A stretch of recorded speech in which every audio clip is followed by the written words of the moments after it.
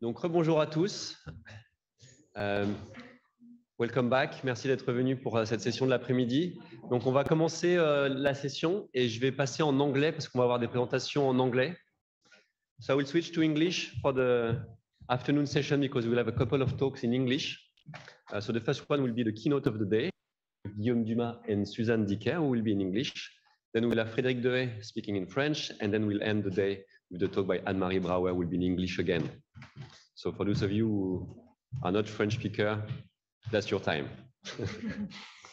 So we are very happy to welcome our two keynote speakers, Guillaume DUMAS and Suzanne DIKKER. We're going to give an international talk remotely between Montreal and New York. And apparently they told me that it's going to be also an interactive talk in which the audience will have some decision on the unfolding of the talk at some point. So I don't know more. You'll get to discover that. So our two speakers today are Guillaume DUMAS, who is an associate professor in computational psychiatry at the medicine faculty of the University of Montreal, where he's leading the research lab on precision psychiatry and social physiology at the Saint-Justine Hospital, research hospital. He has a very multidisciplinary training, being at the same time an engineer in electrical engineering and computer sciences, and as well with a training in cognitive science and neuroscience. And he's one of the pioneers in brain-to-brain interaction, what we call today hyperscanning. And he was one of the first worldwide to study interbrain synchronization. And his 2010 paper is one of the key papers in the field.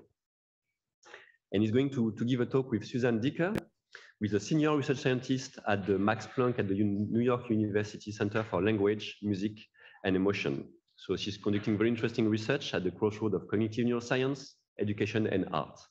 She has notably published numerous papers on studying interbrain synchronization for studying social behavior and teacher-student synchrony in the classroom and the impact on education. So she's really trying to bring neuroscience in real life outside the lab. And I guess she will also talk about that today. So Guillaume and Suzanne, we are very happy to have you today, and the floor and the mic is yours. Thank you very much. Thank you. So can you hear me all right? Yes? Yes, we can. Yes. Good. Okay. So thank you for the kind introduction and the opportunity to experiment with my colleague Suzanne with this interactive talk. We hope everything gonna work as we expected. So I'm gonna start with the small introduction on interbrain synchronization, and then we're gonna dive into more specific topic, and I'm gonna let Suzanne continue on more like the interbrain neurofeedback and daily lives applications of interbrain. So first, I want to thank all the people I have the chance to work with, and especially Suzanne, but also Jean-Arthur Micoulot Franchi, with a long-term friend and colleague. And of course, all my team. We are starting now a lab with the social physiology aspect, which is focused on the topic of today.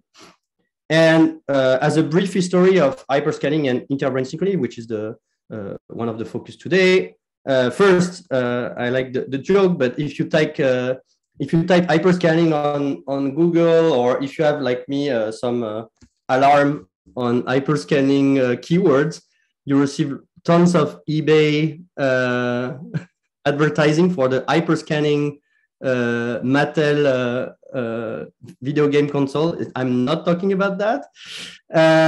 I'm more talking about the idea of recording multiple brains simultaneously. There are recent review that I strongly advise to look at, especially a recent scoping review by Arthur Sesumsky in 2020, and also a very nice paper by Kingsbury and Hong on how multi-brain framework for social interaction can be scaled from cellular network to neuroimaging.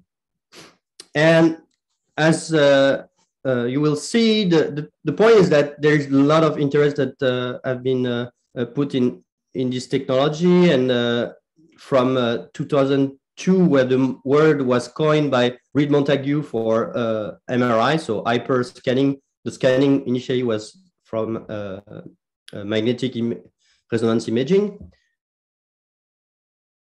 Exponential interest in those techniques with now 2021 was 84 and 2022 we already passed that number. And I like to start this diagram to 1965 because the first hyperscanning study was actually in Science in 1965 by two ophthalmologists, and Johann and Bernd were exploring interbrain relationships in the case of telepathy. Of course, it has never been replicated, and I suspect that actually this 30, 40 years of nothingness is kind of consequence of this paper and the interest of interbrain synchrony just in parapsychology. But the funny part is to see that the first paper was actually in Science with only one figure, which is this figure showing two traces of two twins with alpha burst. And that was enough at that time to publish in Science. Times have changed, apparently. So in 2002, Reed Montague coined the term hyperscanning with a very seminal and pioneering paper drafting a bit the field. And quickly, other modalities like EEG rediscovered this idea, especially, for instance, the team of Fabio Babiloni with this paper where they were playing cards. And other team like Emanuele Tognoli and Scott Kelso, who also recorded hyperscanning EEG in Florida at that time for more like and investigating ecological sensory motor coupling between people. And interestingly, also from that perspective in the history of science, they show some interbrain synchrony in an idiosyncratic pattern way at Society for Neuroscience in a poster. So I like a lot the posters. I met my wife at a poster session. And posters are a good way to discover maybe like a message in the bottle. Like this was like not statistically still coherent, but they were like, huh, that's interesting. There's like these idiosyncratic patterns forming in real time. And we have to wait until 2009 to get like Lindeberger and colleagues in Berlin to actually show this real-time interbrain synchrony popping up in a statistical fashion using a kind of extreme case of sensory motor coupling with a guitar player playing the same exact song. And they were able statistically to assess that these interbrain synchrony were not artifactual, but actually significant. So after that, we were able also in France with this 2010 paper to show that you don't need even external metronome or external stimulation to get this interbrain synchrony.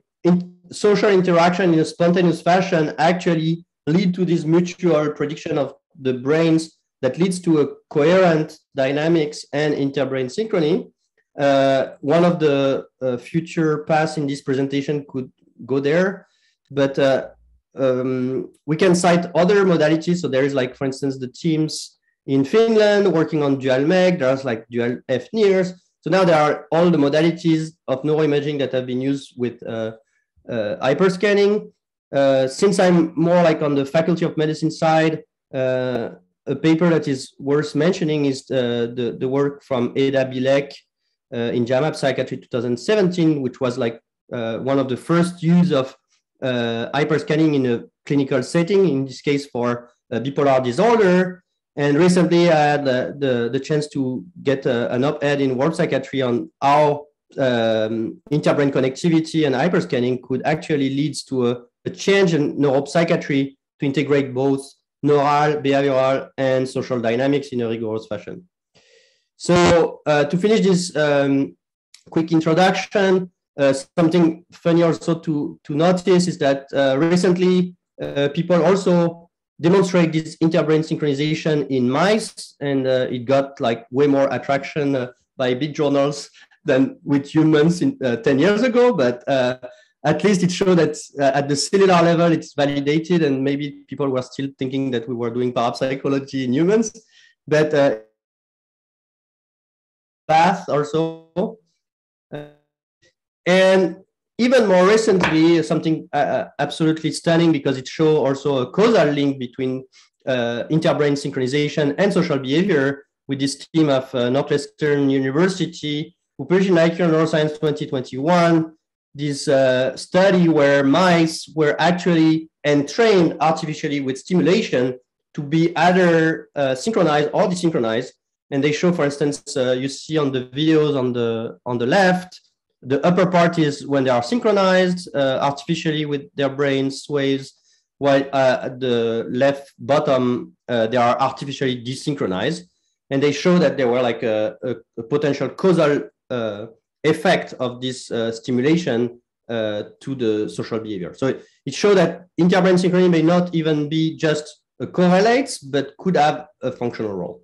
So now we are starting the game of you are the hero.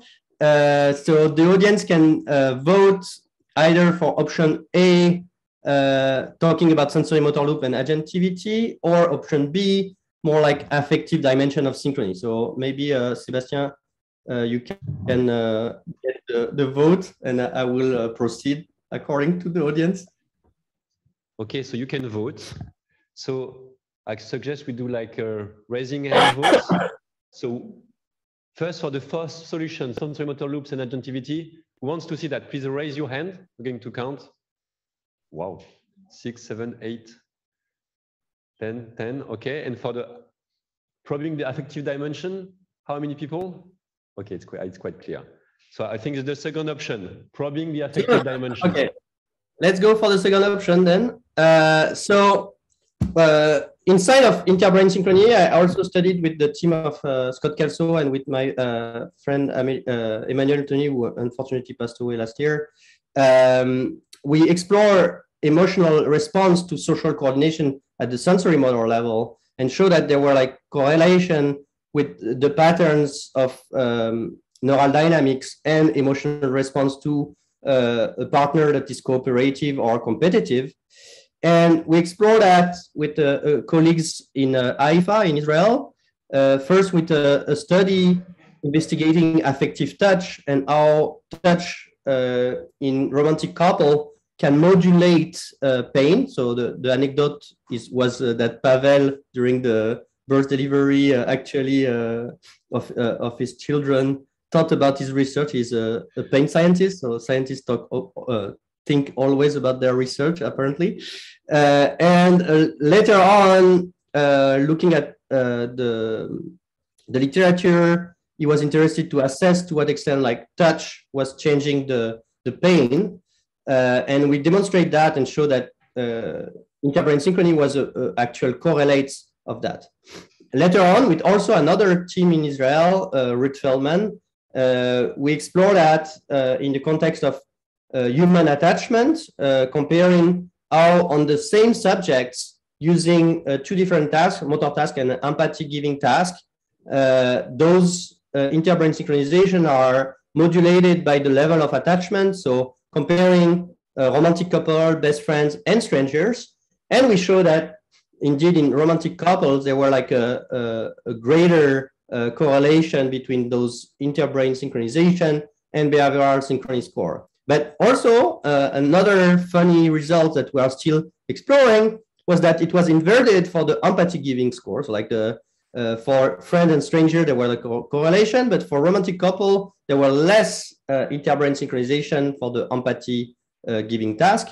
And for now, we are exploring that with the hypothesis that romantic couple already know a lot about the others, so they don't have to genuinely synchronize their brain in real time for this kind of empathy giving task, but they have more their internal model about why the other one would feel good or bad. And so, yeah, that's still to remain to explore. And more recently, with also Ruth Feldman, we also show that babies synchronize their brain with their mother.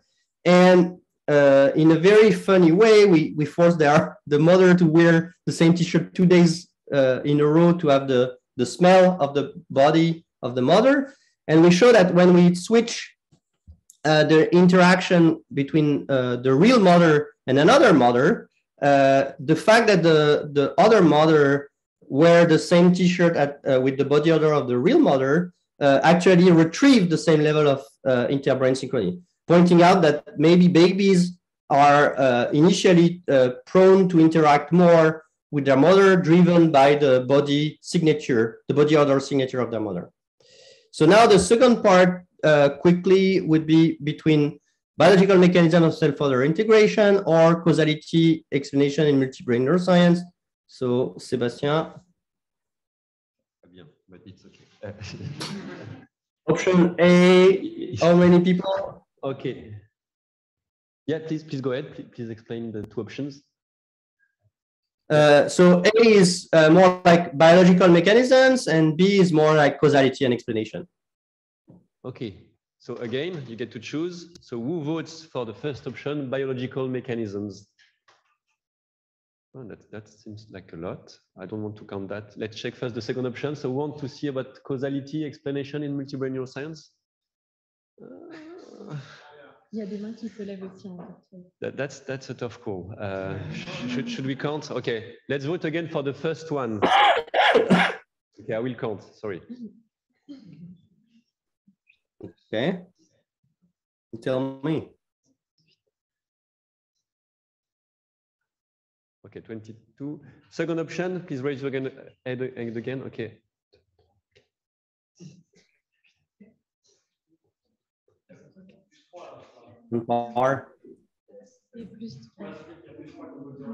Okay, and did anybody voted for the first option online? I didn't check actually. I don't think so. No one for the first I option think we online? were all for the second option.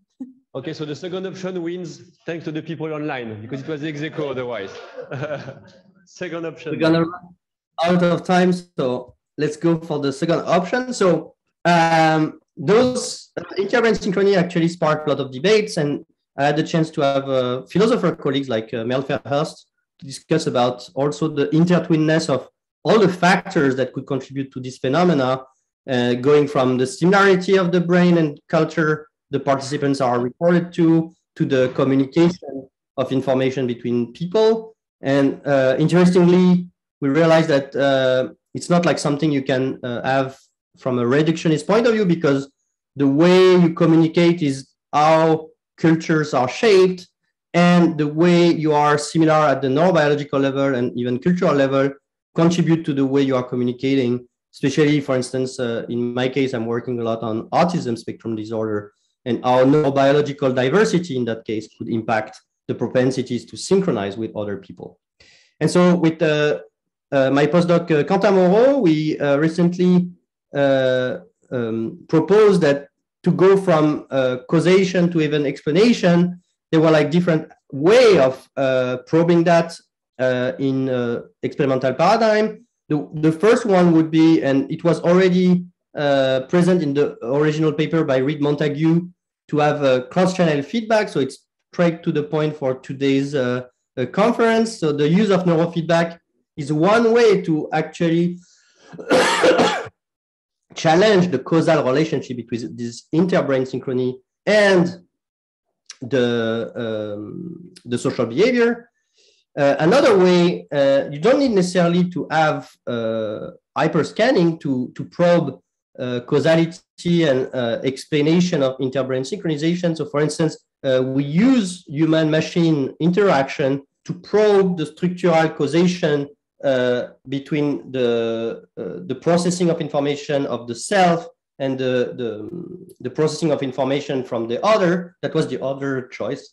Sadly, we won't talk much about that, but the idea is that the hub that we found for interbrain synchronization corresponds to brain structure that are tightly implementing this integration of information of the self and the other within the brain. And finally, there is even the no-brainer solution, which is to have only computational model. And in that case, you can use logic and counterfactual demonstration to make a point about interbrain synchronization. So for instance, we had the first simulation of two whole brains in sensory motor interaction 2012, where we show that the anatomical structure and the similarity of this anatomical structure synchronization with really even with very different brain structure residual level of synchronization, which is an important message to have in mind. It's like it's difficult to have absolutely no interbrain synchrony except if you are two random number generators. So since we are part of the same species and we have similar almost brains, there's always a residual level of similarity even when we don't exchange any information. So the important aspect is when you compare exchange of information versus no exchange of information. So it's not like the interbrain synchrony in absolute, but more like the variation of interbrain synchrony that is interesting. And what we show with this counterfactual in silico simulation was that the actual connectome, the anatomical backbone of the human brain, facilitate interbrain synchronization. And regarding autism, I was talking about the fact that the more you're similar at the anatomical level, the more you would have facility to communicate. That was also backed up by our simulation and goes with other work in single brain showing that autism is mostly characterized by strong heterogeneity and neurodiversity. So that's all for my side. I will end the mic to my colleague Suzanne DIKKER. And just to make also one of our collaboration with Suzanne was to create the first open source pipeline for hyperscanning and interbrain connectivity. You're more than invited to contribute and exchange with us. We have a month's meeting. Thank you very much. So Suzanne, the floor is yours.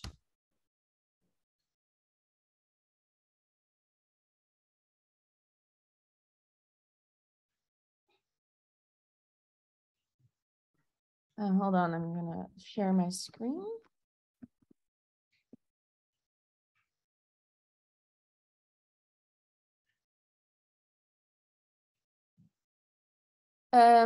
You're seeing the screen, I would hope. Yes. Right. I'm going to talk about hyperscanning neurofeedback more than the educational work that you mentioned before. First of all, thank you so much for this opportunity to speak with Guillaume, which is always a pleasure. We interact with others on a day-to-day basis, most of us, in one way or another, whether it be in person or virtual. But as Guillaume already pointed out, we know very little about how the human brain supports real-world social dynamics, let alone outside of the laboratory, right? So a lot of the work that Guillaume discussed is in the laboratory, but what we're trying to model, of course, is what happens outside of laboratory context, in person or virtual. And there is a good reason why we have a laboratory model or even an in silico model for human communication, of course. There's better control, but we might want to test this model outside of the lab. And so to do this, I conduct real-world neuroscience research in collaboration with artists, scientists, and educational partners. And I use hyperscanning as a tool, but also as a way to understand social communication in real-world contexts.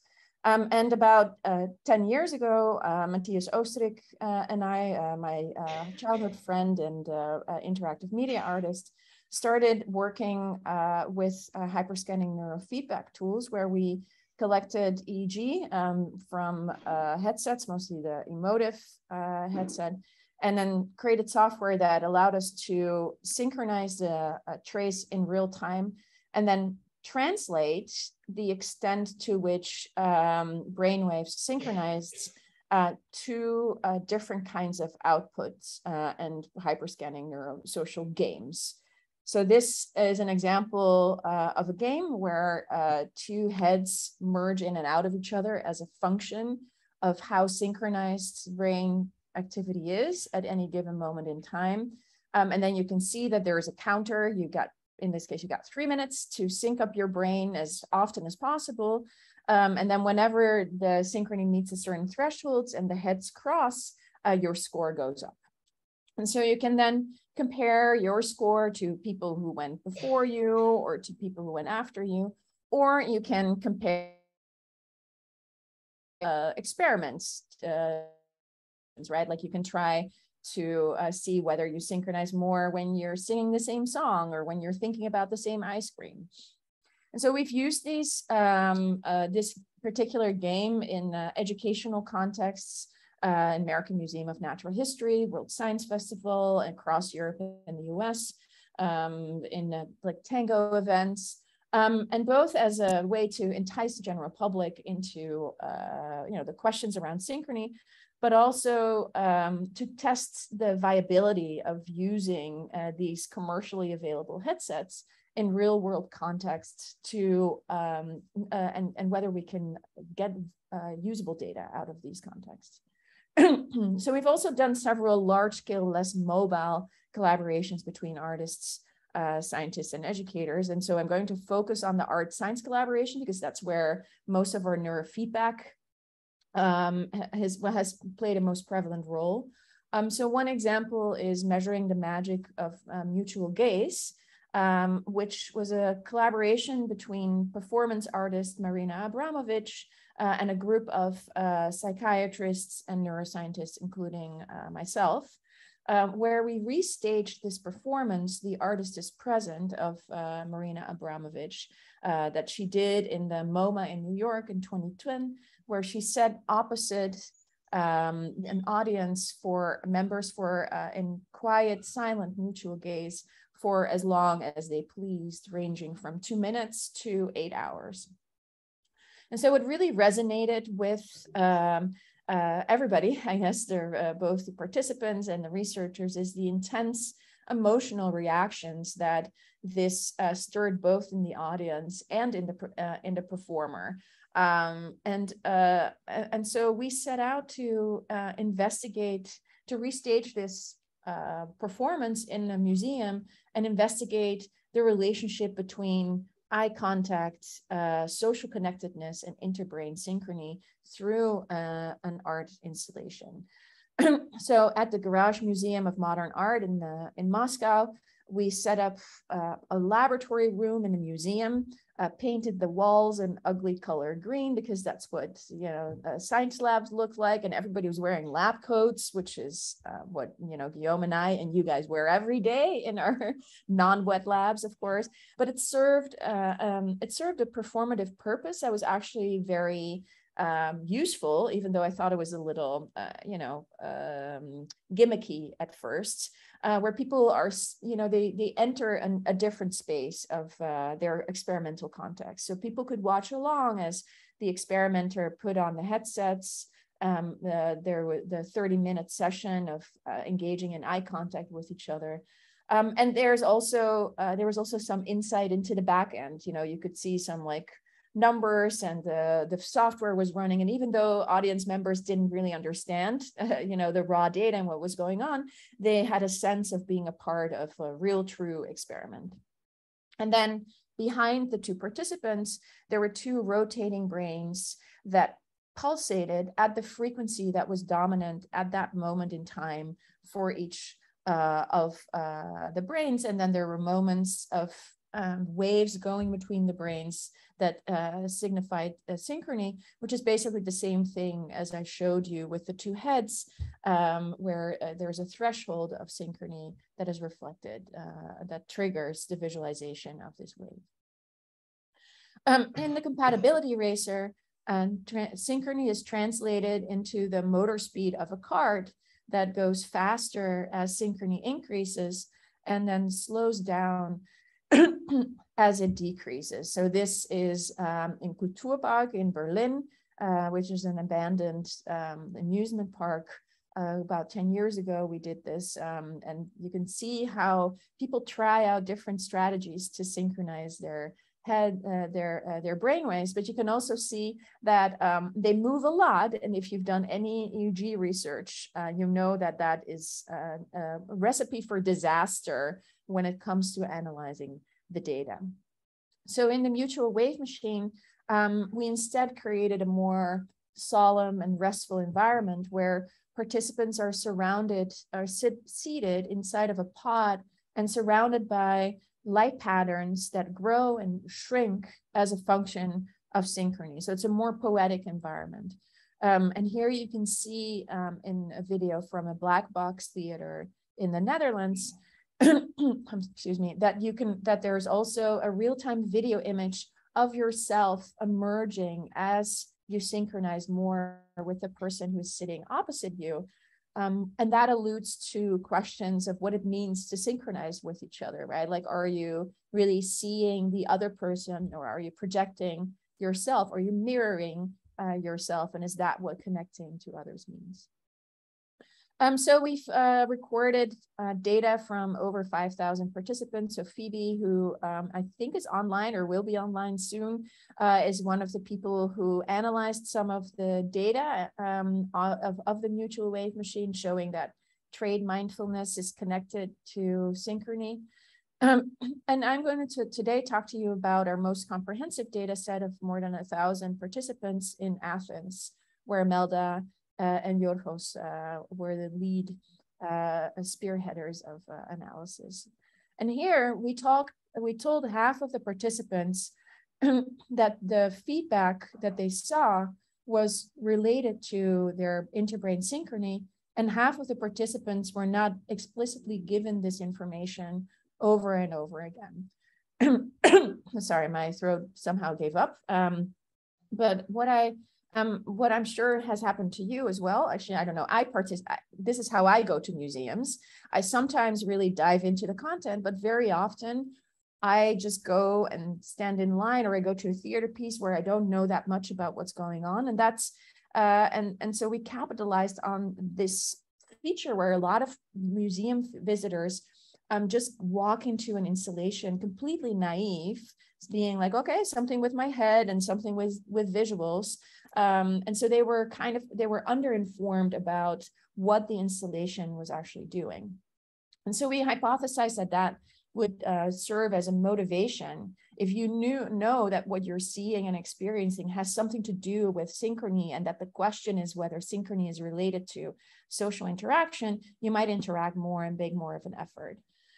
We also asked questions about social closeness, personality traits, and mental states. And since we were dealing with what one might call less than suboptimal recording conditions, we were not in a laboratory environment with a lot of control. We were also in an environment with a lot of, other waves around, sound, electrical cables, et cetera, et cetera.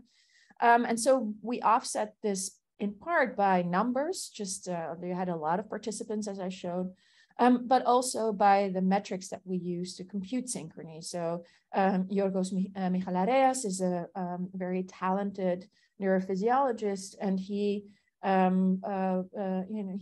investigated what the metrics would be that were least sensitive to spurious correlations that were not due to the actual social connection that was happening. So to quickly go through some of the results, we saw that personality traits predicted synchrony, where pairs with lower personal distress overall showed higher overall synchrony. So the less distressed you are, the more synchrony you show. One result that actually connects to something that Guillaume said earlier was that we found that there was no difference between strangers and people who knew each other for a very long time. In fact, strangers who immediately felt socially closer to the people that they were interacting with showed higher synchrony, kind of providing additional indirect evidence for what Guillaume already suggested about, that some of what interbrain synchrony is reflecting is social attention, and for the person in front of you that leads you to connect and synchronize more with them. For mental states and motivation, we actually looked at changes over time, comparing the first half to the second half of the experience. And we saw that pairs who remained more focused throughout the experience showed more synchrony in the second half of their interaction. And most relevant to the topic today, we saw that only the neurofeedback group, so those people who were explicitly told, oh, something to do with their synchrony, they showed an increase in synchrony over time. So that's the yellow bar on the left, that group. But critically, the jury is still out on the relationship between and on the specificity that we're probing with this interbrain synchrony neurofeedback. So, for example, in another session of the mutual wave machine, we didn't see a difference when people saw sham versus true neurofeedback. And so that, lets us be stuck still with a hypothesis that it's kind of a placebo effect where that people are externally motivated to synchronize when they believe that what they see or experience has something to do with their social connection. However, we don't know, for example, if the metric that we're using for synchrony is the right one to probe, to really have people to reflect mechanistically what's going on. And we can talk about this a little later.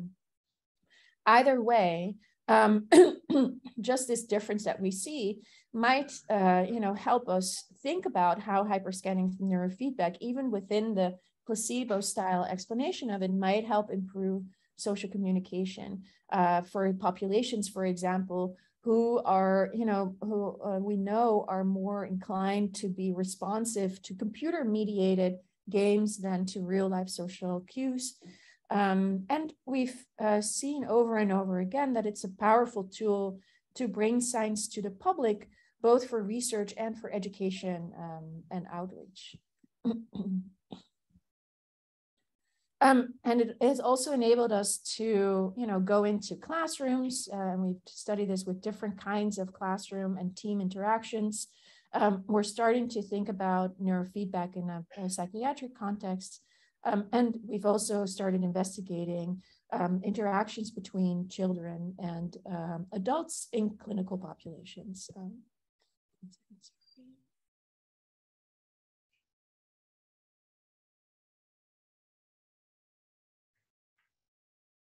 One of the most fun and powerful applications of using hyperscanning neurofeedback, you've seen a little bit of this as well, is to really use it as a sandbox for investigation and exploration. So we have various long-standing exhibitions in museums and collaborating with artists and other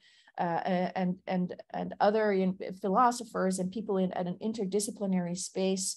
This is a picture, for example, of harmonic dissonance, which is a body-mediated synchrony interface that allows people to ask questions about communicating through face-to-face or digital interfaces and what that does with synchrony and whether giving information about synchrony helps or impedes your social connectedness. And that's an exhibition that will be on in Leiden in the fall and the spring. And we've also used this as a true citizen science opportunity, right? So with the mutual wave machine, for example, people go into this space, into this interaction, and we ask them to help us answer the question, what do you think might synchronize your brains? And then after the fact, we ask them what strategies they used, eye contact, joint action, thinking together, looking at the visuals were some of the strategies. And we see in our offline analysis after the fact that these strategies really relate to different forms of interbrain synchrony metrics. So eye contact, for example, those pairs who use eye contact as a strategy, we saw that there was gamma-ish and alpha synchrony. Joint action showed beta synchrony, and then thinking together, and at least in our EEG signature, we didn't find any neural correlate for this in a signature, which is possibly and probably because there's no time-locked correlate necessarily for what one might call joint thought, right? And we also collaborate extensively with dance companies, especially ICK Amsterdam, which is a dance company that has thought about synchrony for a very long time, or synchronicity in their case, kind of using dancers as a model organism for thinking about synchrony. And here's a video about from a performance that we did after workshops in the Ballet National de Marseille a couple of years ago, where dancers danced vignettes of the repertoire of the dance company, and they performed, and then you see that flow simulations pull them together and push them apart as a function of the neural synchrony, in this case of two audience members who were kind of puppeteering the dancers with their synchrony. So the dancers start the flows with their movements, but their synchrony and where the flows are flowing in and out is dictated by the audience in this case. And that also allows us to ask very specific questions through performative sequences about the relationship, for example, between synchronizing during movement and synchronizing your brains either before or after a movement, kind of relating to questions around anticipation and tuning, and maybe like resonance after the phrase, and whether this is related to your intentionality of the dancers to dance together or simultaneous, for example. And another very important factor about these outcome of these interdisciplinary communications is that people pose very critical questions. For example, in the mutual wave machine, we said more light is more synchrony, less light is less synchrony, and darkness and loneliness, etc. But there were artists who are like questioning us for this, kind of obvious choice of relating synchrony to better. And what is the role of individual agency in these kinds of contexts, for example, right? And one example is from E.T., the movie from the early 1980s, where an extraterrestrial visits Earth, and then small child Elliot befriends him. And there is a scene in this movie where where E.T. is slowly dying because he cannot support the atmosphere of Earth. But he's problematically dragging the little child, Elliot, down with him. And the doctors are extremely worried. As you can see, they wear sensors over their brains and bodies. And the doctors are like, they're perfectly synchronized. Their brains are coupled. We need to try to decouple their brains because actually Elliot, like the alien, Elliot is dying because of the aliens, because of synchronizing with the aliens. And they're all really, really happy the moment that desynchronization happens. And we know now from ample research in clinical context, for example, that what is important is not so much the, synchronizing, because if just more and more and more synchrony, what is important is the balancing act between synchronizing and desynchronizing at the right moments in time. So these the filmmakers knew this already 40 years ago. We are starting to think about this more carefully much later, although Guillaume illustrated that as with any scientific trend, this starts and then people forget about it for a couple of decades and then they pick it back up again. So there's nothing new under the sun, basically. But if we'd all seen this movie, watched this movie and interacted with the artist, we might have already known a lot of things or thought that we are now thinking about, ourselves. So one of the things that we do with these long-standing collaborations with dancers, for example, is try to set up a taxonomy of synchrony or synchronicity. Every field has their own terms about what it means to connect to others, right? So as linguists, we use the term common ground. The dancers might say dual utopia. There's forms, there's simultaneity and togetherness. What's the difference between the two? They're very obvious and intuitive, but they're not necessarily easy to capture or measure. Mirroring, coordination, all the units that can synchronize with each other. There's a lot of you know, aha erlebnisses in the field where people are like, oh, wait a minute, aren't you just synchronizing to the stimulus instead of each other? Like, this is an important question. Like, where does synchrony between brains, if it's not telepathy, where does this come from, and where is the social importance and where is the individual importance? And vehicles like anticipation and resonance that I already mentioned, like social closeness, the notion of contagion and when it is and is not important, shared attention. Construct actually map onto different types or different ways to measure interbrain synchrony.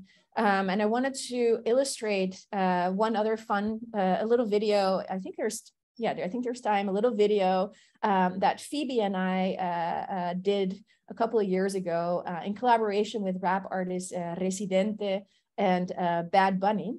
So Residente actually found us by Googling brainwaves NYU, which is kind of random, but somewhat serendipitous because we'd been working in this on the similar questions as him. Hi, so you can see Phoebe appear now.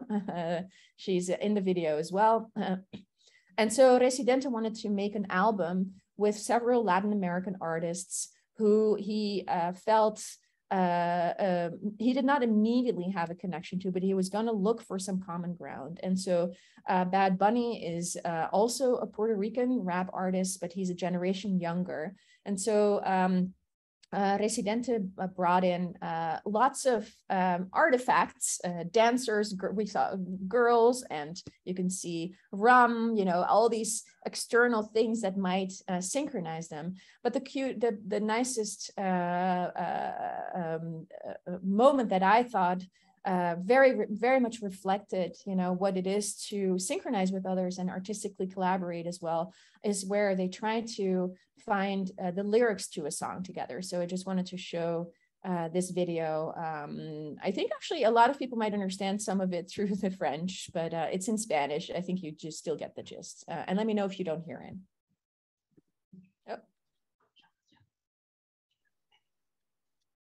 Intentamos cantar canciones que no supiéramos los dos, pero gracias a la diferencia generacional, solo una canción conectó con ambos y fue un reggaetón. Con tu chulín, chulín, chumpla, con tu culín, culín.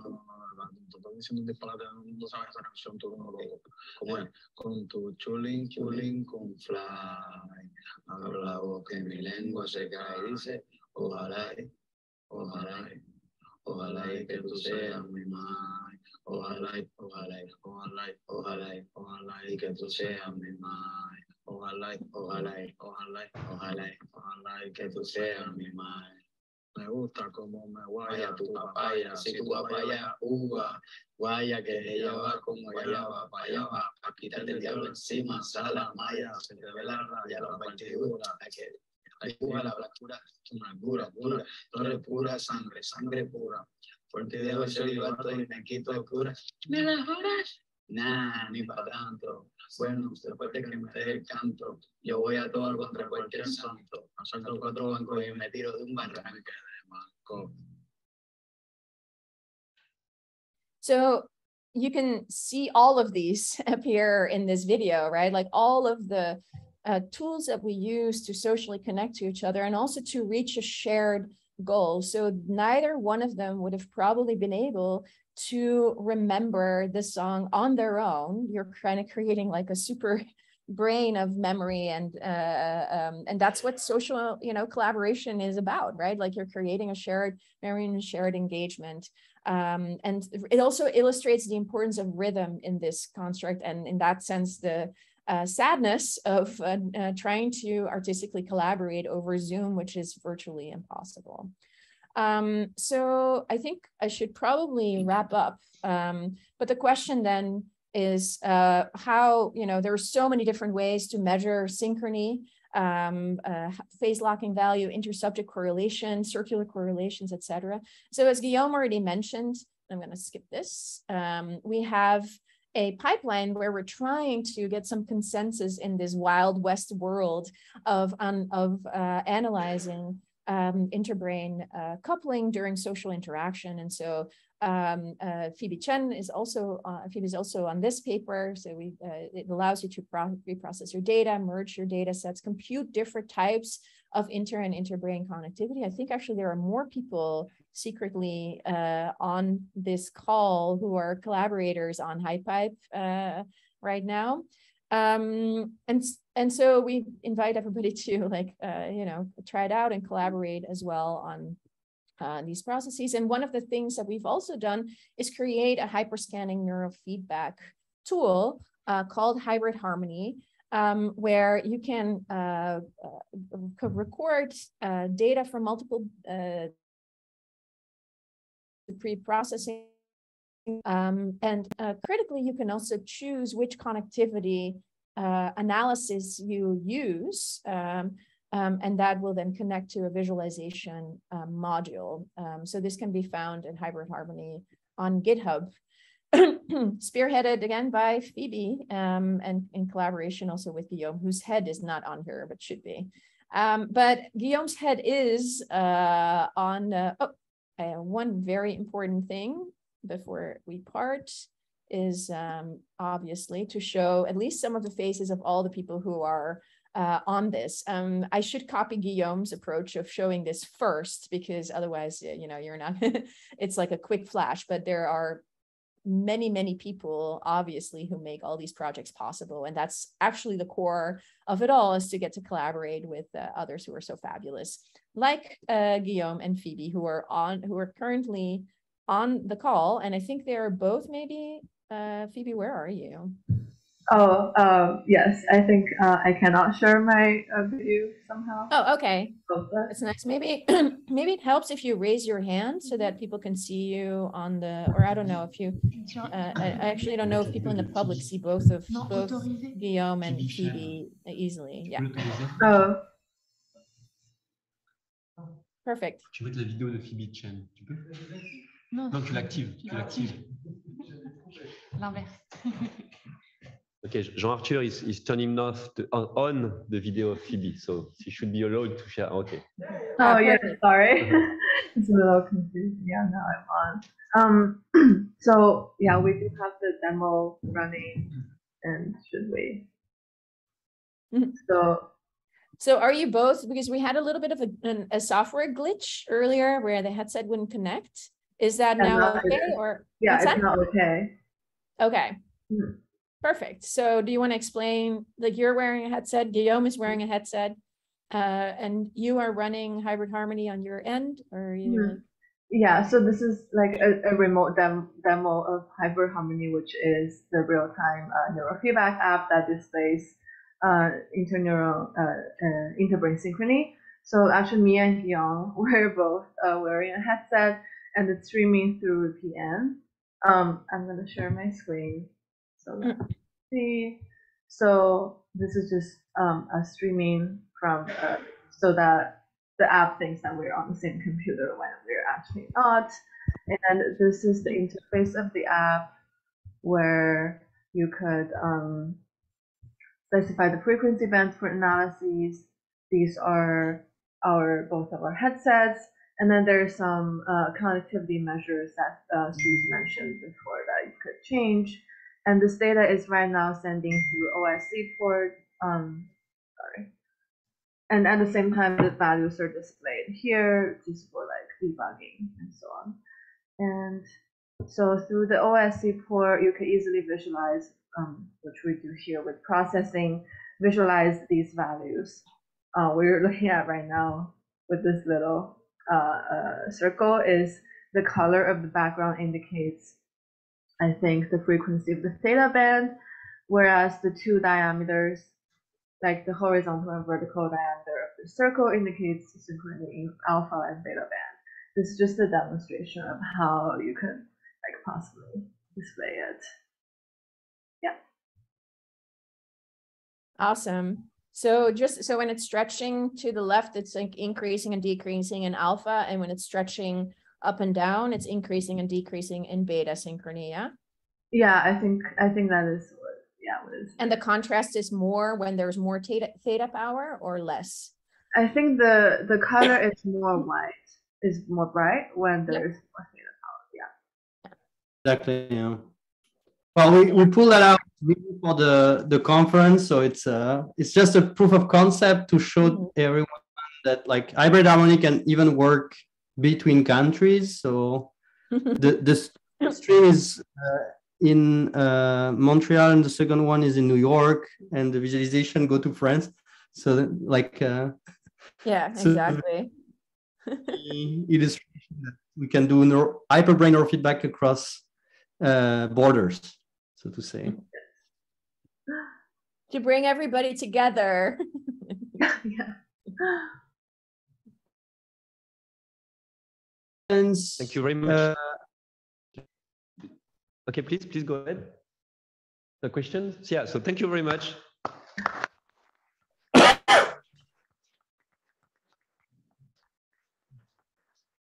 So thanks a lot for this very interactive, very innovative talk. So with demos and scenario choice, and so that was all very exciting. Thanks a lot for having prepared all that for the conference.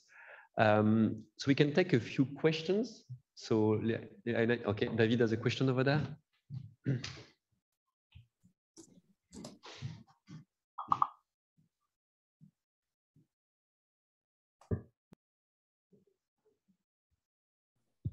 Est-ce que ça marche? Oui, okay. Hello, thank you for the presentation. I have two questions, but I start with the first one, and then if I have time, I ask the second one. You talk about ET and about what the negative emotion of one person is can be synchronized with the second one. There is studies in which the synchronicity is done only based on negative emotions, and is there more efficient than a positive emotion or motor imagery or other things? Yeah, so there are experiments on movement and physiological synchrony and interaction. So a lot of the research on emotional contagion and buffering is in physiological synchrony. So there's actually a pretty complex relationship between brain synchrony, movement synchrony, and physiology. But in terms of emotional sharing, negative versus positive, that's actually a fairly, there's now some research coming out on emotional sharing, and the jury is out on whether it's positive emotions that make you more synchronized or negative emotions. I think it's a little bit, I don't know, Guillaume, if you agree, it's still a little bit of a mess in the few studies that are out there about like emotion and synchrony. One thing that we do find consistently is that if you look at interpersonal reactivities, personal distress scale, which is has questions like, I panic. So this is a personality thing. I panic when I see a disaster, like when somebody's in distress, or I run away when I think I'm in peril instead of going to help people. That is a negative, like that kind of like negative basic state or more distressed basic state impedes synchronization, at least in the metrics that we use. But it's a great question about emotional sharing and synchrony, because it's very important, because a lot of what we do, of course, is share our emotional lives and try to buffer our own experiences and emotions through sharing socially. Guillaume, do you have anything to add?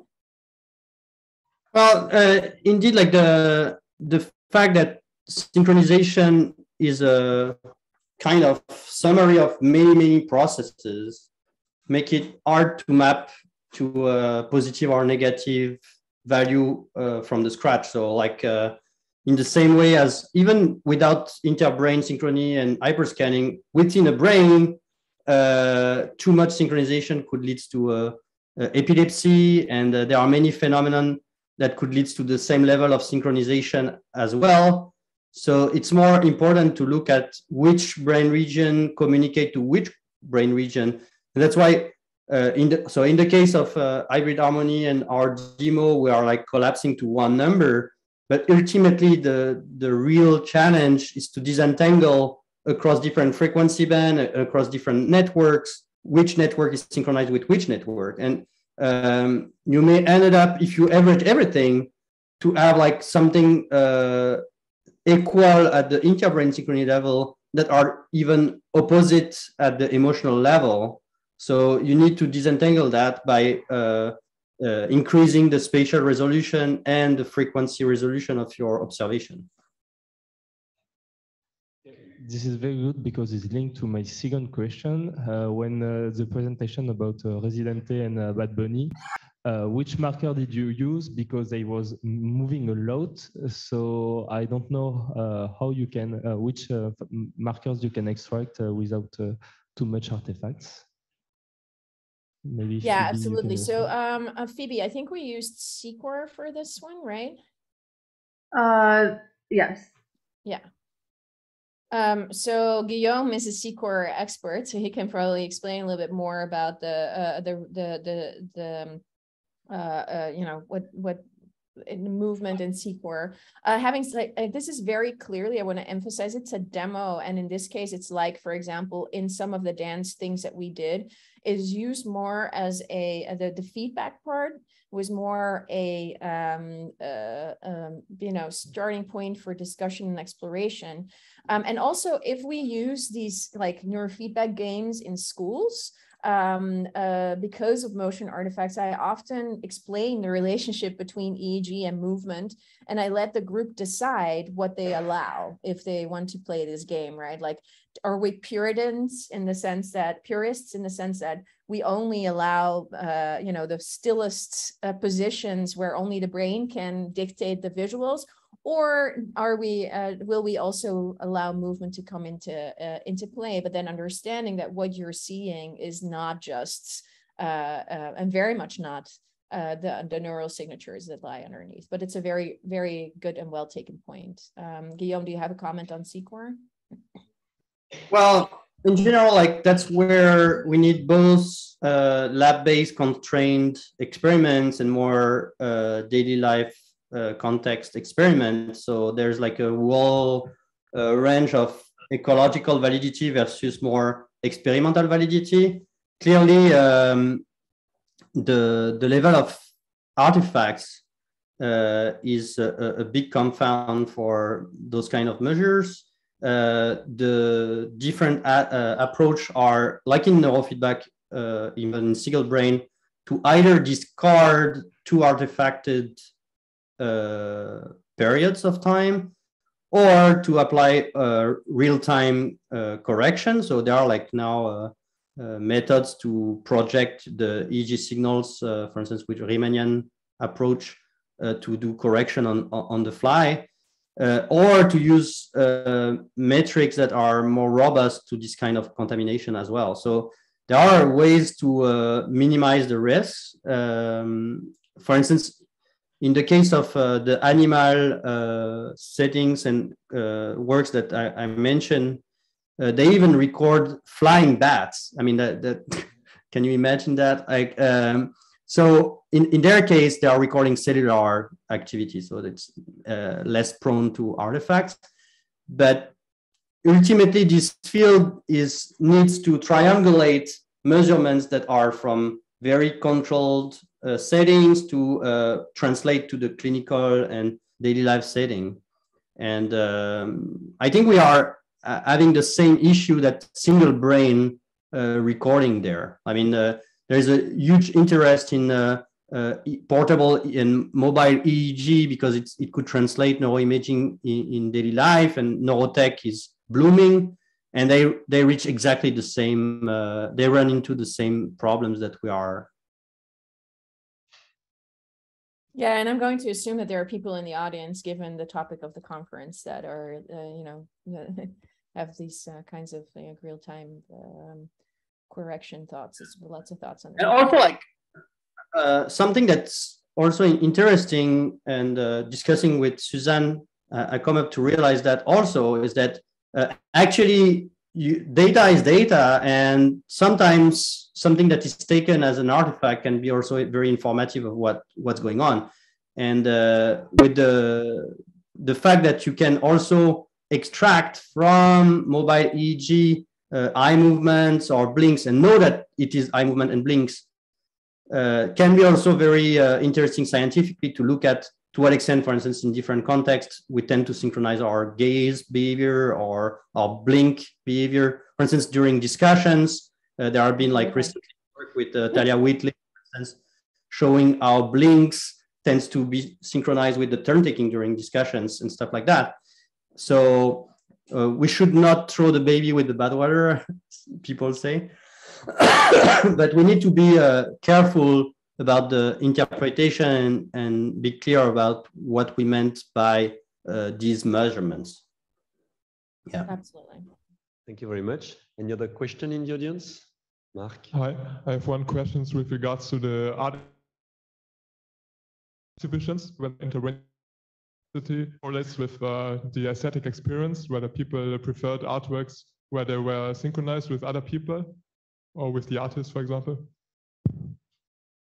Oh yeah, so we actually only in we're only now starting to ask questions about their relation to the aesthetic experience of participating. So we don't have any data pertaining to this, but it's a very interesting question for sure. Is like if you're more responsive, for example, if you're more aesthetically engaged than if you're not. But we haven't actually asked those kinds of questions. Like the questions that we've asked were very much about the nature of synchrony and not so much about the experience in artistic or aesthetic terms. Okay, thanks. Another question? I have a question actually for both of you. So in your presentation, Guillaume, you showed this synchrony measures between mother and babies. And then Suzanne, you showed this synchronization somehow between the humans and aliens. And I was wondering, in both cases, the two brains are likely to be very different in structure. So what would that mean if you find synchronization, and how do you interpret that? So for aliens, I don't expect a real answer, but in principle. Yeah, that's a very good question, especially like, for instance, in the case of babies and infants, the electrophysiology is drastically evolving. So the spectrum of EEG, especially for instance, the alpha peak is changing drastically from birth to 4 to 5 years old. So in the case of babies, again, it comes back to my comment with the computational model, is that we look at variations of synchronization. So you can take interbrain synchrony as a measurement of similarity of the dynamics. This similarity, of course, will be lower between brains that are dissimilar. So between a mother and a baby, it's going to be lower than between two mothers of the same age, for instance. But the point we made was more like the babies get like more synchronized with their real mother than with another mother of the same age. So it's more like relatively to the same context, the level of interbrain synchrony is changed. And then we show that using the body odor, we can recover the level of interbrain synchrony with their real mother with another stranger mother, just with the stranger wearing the t-shirt with the smell of their mother. So it's more also making. So that would also mean that this synchrony is not only due to maybe more similarity in brain structures between mother and kids. It's something different then. Yeah, so it was related in this case to also behavior. So in the paper, we're measuring interbrain synchrony, but we're also using a Ruth-Feldman coding system for behavioral synchronization in mother infants. She has been working on that for years now. And we show that the baby are also more engaged socially with their mother. I mean, I see that with my own daughter and my wife. They are really into their mother interaction. And what we show is that with another mother of the same age, they could recover the same engagement by being exposed to the smell of their original mother. So it was like at both behavioral and interbrain synchronization that we show that. And the interbrain synchrony would be a more objective and biologically grounded measurements of this phenomena, so to say. In the same way that in the paper about romantic couple and analgesic effect of affective touch, we show the effect first at the behavioral level. So we show that indeed romantic couple, and the more you are empathetic with your partner, your affective touch would lower the pain of your partner. And we show that the interbrain synchrony was the objective marker that was directly associated with this phenomenon of analgesic effect. Great, thanks a lot. And you can also directly ask questions about whether this difference in structure or difference in rhythmic properties of the neurophysiology, what that means for social communication, right? Like if we just put out a paper, a chapter, for example, about intergenerational communication, like this the alpha peak changes also with older age, and what does that mean for, you know, for intergenerational communication, and maybe if there's other kinds of recovery strategies that you do in behavior, and similar questions are, you know, with other less neurotypology, like Guillaume, I think, has written about autism in that respect as well. So regarding it not so much just as a cause or a confound, but also asking questions about how you recover from possible neurophysiological differences at the behavioral level, possibly to mend or mediate some of the issues that you might arise naturally in a chicken and egg kind of question. And also, like something I want to mention is that we have been now implemented that in iPipe, and people doing interbrain synchronization in mother infant, like Sam Was in London or Vicky Leong in Cambridge and Singapore. You can use cross-frequency coupling measurements that compensate from those differences of spectrum. So like knowing the peak of the alpha in the mother and the peak of the alpha in the infant, you can multiply the phase of the infant by the ratio of the two peaks and kind of compensate these differences to make it more stable and more robust statistically. So there are also analytic approach to compensate this issue of variation of brain physiology between people. Great. So thank you very much again. I think we'll stop the session here. Yeah, sorry, but we have to move on for